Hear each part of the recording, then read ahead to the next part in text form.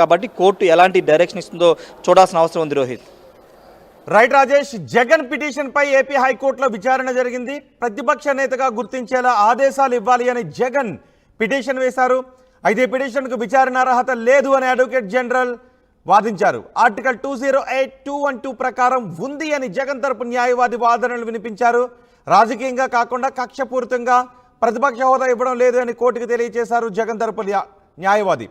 Speaker శాసనసభ వ్యవహారాల మంత్రి ఇచ్చిన ఇంటర్వ్యూ క్లిప్లను కూడా, యూట్యూబ్ లింక్లను కూడా కోర్టుకు సమర్పించారు పిటిషనర్. ప్రతిపక్ష నేతగా గుర్తించాలని స్పీకర్కు జగన్ రిప్రజెంటేషన్ ఇచ్చారా అని న్యాయమూర్తి ప్రశ్నించారు.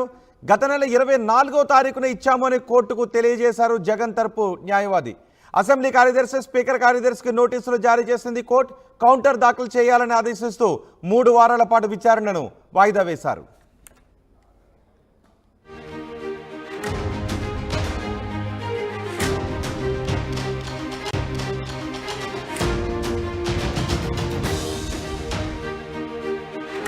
బ్రేకింగ్ న్యూస్, ప్రతిపక్ష నేతగా గుర్తించేలా ఆదేశాలు ఇవ్వాలి అంటూ జగన్ హైకోర్టులో పిటిషన్ వేశారు. దానిపై విచారణ జరిగింది.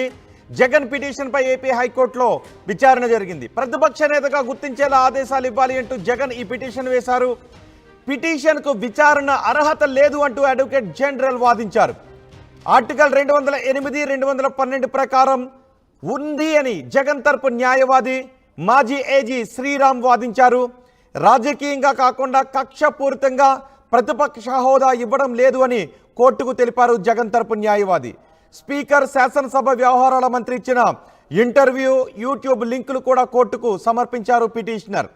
ప్రతిపక్ష నేతగా గుర్తించాలని స్పీకర్కు జగన్ రిప్రజెంటేషన్ ఇచ్చారా అని న్యాయమూర్తి ప్రశ్నించారు. అయితే గత నెల 24నే ఇచ్చారు అని కోర్టుకు తెలియజేశారు జగన్ అడ్వకేట్. అసెంబ్లీ కార్యదర్శి స్పీకర్ కార్యదర్శికి నోటీసులు జారీ చేసింది కోర్టు. కౌంటర్ దాఖలు చేయాలని ఆదేశిస్తూ 3 వారాల పాటు విచారణను వాయిదా వేశారు. మరింత సమాచారం మా ప్రతినిధి రాజేష్ అందిస్తారు. రాజేష్, ఎవరెవరు ఎటువంటి వాదనలు వినిపించారు ఈ కేసులో?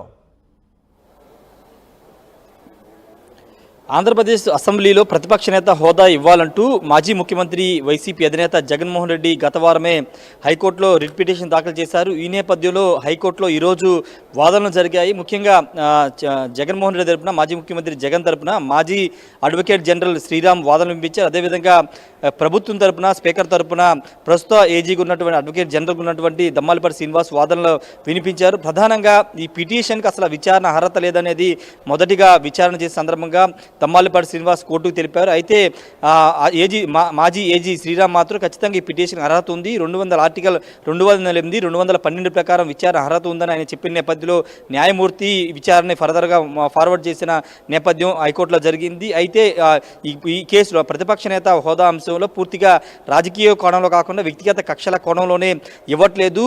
గతంలో అంటే ఢిల్లీ అసెంబ్లీలో కానీ ఇక్కడ ఇతర చోట్ల 3-4 సభ్యులు ఉన్నప్పటికీ ప్రతిపక్ష హోదా కల్పించారు. ఢిల్లీ అసెంబ్లీలో గతంలో జరిగిన పరిణామాలు కూడా ఈ సందర్భంగా మాజీ ఏజీ శ్రీరామ్ కోర్టు ముందు ఉంచారు. కాబట్టి సంఖ్యాబలాన్ని బట్టి కాకోకుండా అక్కడ ఉన్నటువంటి పార్టీల పరంగా ప్రతిపక్ష హోదా అనేది ఇస్తూ వస్తూ ఉంటారనేది ఈ సందర్భంగా కోర్టు ముందు పెట్టారు. ఈ నేపథ్యంలో స్పీకర్తో పాటు అసెంబ్లీ లెజిస్లేటివ్ వ్యవహారాలు చూసేటువంటి పయ్యావుల కేశవ్ సంబంధించినటువంటి కొన్ని ఛానల్స్ ఇంటర్వ్యూకి సంబంధించిన క్లిప్పింగ్స్ కూడా ఈ సందర్భంగా మాజీ ఏజీ శ్రీరాము న్యాయమూర్తి ముందు పెట్టారు.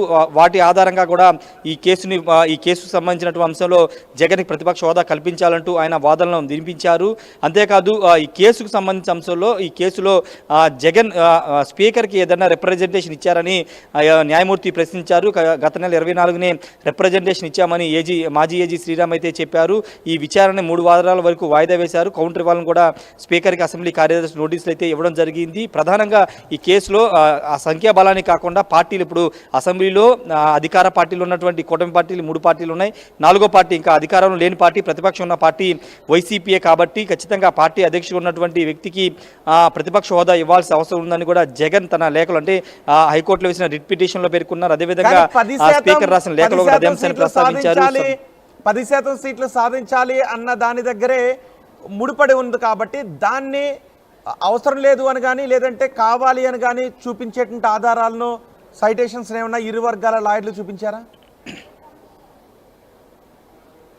అంటే దానికి సంబంధించినటువంటి లీగల్గా ఉన్నటువంటి ప్రొసీజర్స్ అన్ని మాట్లాడిన తర్వాత అసెంబ్లీ అంటే బిజినెస్ రూల్స్ ఏ విధంగా ఉన్నాయనే దానిపైన కూడా హైకోర్టులో వాదనలు జరిగినట్టు తెలుస్తుంది. అయితే ఇక్కడ కొన్ని అంశాలని టీడీపీ కానీ కూటమి నేతలు ప్రస్తావిస్తున్నారు. 2019లో టీడీపీకి 23 స్థానాలు వచ్చిన సందర్భంగా జగన్ అసెంబ్లీలో మాట్లాడిన మాటలను కూడా ఈ సందర్భంగా హైకోర్టులో వినిపించినట్టు తెలుస్తుంది. మీకున్నటువంటి సభ్యుల్లో ఒక 5-6గురిని నేను తీసుకుంటే కనుక ప్రతిపక్ష హోదా కూడా దక్కదంటూ జగన్ మాట్లాడిన వీడియోని కూడా చూపిస్తున్న నేపథ్యం కూడా చూస్తున్నాం. ఆ వీడియో బయట సోషల్ మీడియాలో కూడా ప్రచారం జరుగుతుంది. ఈ నేపథ్యంలో ఆ వీడియోని కూడా చూపించినట్టు తెలుస్తుంది. కాబట్టి జగన్ అప్పుడు ఆ విధంగా మాట్లాడి ఇప్పుడు సంఖ్యాబలం కాదు, ఆ పార్టీలు మాత్రమే పరిగణలో తీసుకోవాలి, 3 పార్టీలు అధికార పార్టీలు ఉన్నాయి కాబట్టి అధికారం లేని పార్టీ వైసీపీనే కాబట్టి ఆ కోణంలో ప్రతిపక్ష నేత హోదా కల్పించాలి, ప్రతిపక్ష నాయకుడిగా గుర్తించాలని చెబుతున్నప్పుడు గతంలో ఎందుకు ఈ వ్యాఖ్యలు చేశారని దాని మీద కూడా ప్రశ్నిస్తున్నారు. దీనికి సంబంధించిన వాదనలు కూడా హైకోర్టులో జరిగినట్టు తెలుస్తుంది. 3 వారాలకి వాయిదా వేశారు కాబట్టి అప్పట్లోపు అసెంబ్లీ కార్యదర్శి అదేవిధంగా స్పీకర్కి నోటీసులు ఇచ్చారు కాబట్టి వాళ్ళ తరపున ఉన్నటువంటి వాదనలు కూడా వివరణ కూడా తీసుకోవాల్సిన అవసరం ఉంది. కాబట్టి 3 వారాల తర్వాత దీనిపైన పూర్తి స్థాయిలో విచారణ జరిగే అవకాశం కనబడుతుంది. ప్రతిపక్ష హోదా ఖచ్చితంగా కావాల్సిందే, ప్రతిపక్ష నాయకుడు హోదా కావాల్సిందని జగన్ పట్టుబడుతున్నారు కాబట్టి కోర్టు ఎలాంటి డైరెక్షన్ ఇస్తుందో చూడాల్సిన అవసరం ఉంది. రోహిత్. రైట్ రాజేష్, జగన్ పిటిషన్ పై ఏపీ హైకోర్టులో విచారణ జరిగింది. ప్రతిపక్ష నేతగా గుర్తించేలా ఆదేశాలు ఇవ్వాలి అని జగన్ పిటిషన్ వేశారు. అయితే పిటిషన్కు విచారణ అర్హత లేదు అని అడ్వకేట్ జనరల్ వాదించారు. ఆర్టికల్ 208(212) ప్రకారం ఉంది అని జగన్ తరపు న్యాయవాది వాదనలు వినిపించారు. రాజకీయంగా కాకుండా కక్షపూరితంగా ప్రతిపక్ష హోదా ఇవ్వడం లేదు అని కోర్టుకు తెలియజేశారు జగన్ తరపు న్యాయవాది. స్పీకర్ శాసనసభ వ్యవహారాల మంత్రి ఇచ్చిన ఇంటర్వ్యూ క్లిప్లను కూడా యూట్యూబ్ లింక్లను కూడా కోర్టుకు సమర్పించారు పిటిషనర్. ప్రతిపక్ష నేతగా గుర్తించాలని స్పీకర్కు జగన్ రిప్రజెంటేషన్ ఇచ్చారా అని న్యాయమూర్తి ప్రశ్నించారు. గత నెల 24వ తారీఖున ఇచ్చాము అని కోర్టుకు తెలియజేశారు జగన్ తరపు న్యాయవాది. అసెంబ్లీ కార్యదర్శి స్పీకర్ కార్యదర్శికి నోటీసులు జారీ చేసింది కోర్టు. కౌంటర్ దాఖలు చేయాలని ఆదేశిస్తూ 3 వారాల పాటు విచారణను వాయిదా వేశారు.